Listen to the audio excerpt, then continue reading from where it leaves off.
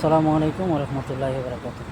Medina যাওয়ার পথে এটা মেইন রাস্তার লগে এই যে এখানে দোকানপাট আছে, এখানে মানে গাড়িগুলো স্টপ করে খাওয়ানোর জন্য, যেরকম আমরা ঢাকা ঢুকাইতে গেলে গাড়িগুলো ভাড়া করে দোকানপাটের সামনে। যে এই জায়গার মধ্যে মেইন রাস্তা লাগাবই, এইখানে এই যে বাথরুম আছে, এই যে আমার পিছনে যেটা দেখতেছেন এটা হলো বাথরুম, এটা হলো পুরুষের, আর ওই দিকে আছে মহিলার। দুই সাইডে দুইটা বাথরুম আছে। একটা দুঃখের বিষয় হইল গিয়া, আমরা এত বড় একটা এয়ারপোর্ট বাংলাদেশের মধ্যে, এত বড় একটা এয়ারপোর্টের মধ্যে বাথরুমের কোনো সুযোগ সুবিধা নাই। এত প্রবাসী আইতাছে যাইতাছে, প্রবাসীর আত্মীয় স্বজন আইতাছে যাইতাছে, কিন্তু পেশাব করার গেলে পরে 10 টাকা দিয়ে পেশাব করতে হয়। আর এখানে দেখো কত সুন্দর পরিষ্কার, কত সুন্দর। আমি ভিতরে যাইতেছি না, বার থেকে ভিডিওটা করছি।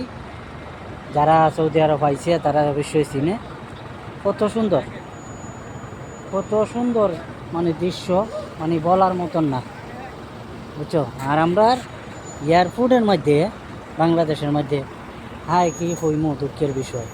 আমরা রাত্য স্বজন যদি নিবার লাগিয়া হায় কিবা, আমরা প্রবাসে আইতাম, অনেক যাত্রী আছে বিদেশ আবার পথে। এখন পেশাব করা গেলে পরে আধা ঘন্টা লাইনও দাঁড়ানি লাগে,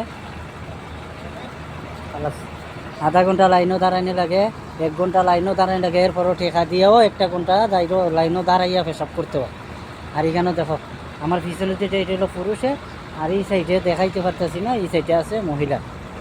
অথবা কোনো পয়সা নাই, মাগনা মানুষ রাখিয়া তুইছে, 1 ফুটা বা একটা সুতা বালু নাই, একটা বালু নাই। এই অবস্থা।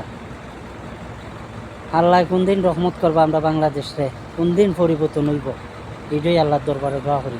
আল্লাহ ভালো একজন মানুষ দিতা, যাতে ওই মানুষ সরকার হিসাবে আমরা বাংলাদেশটা উন্নত হয়, যাতে উন্নত হয়, আমরা কষ্টগুলো যাতে দূর হয়।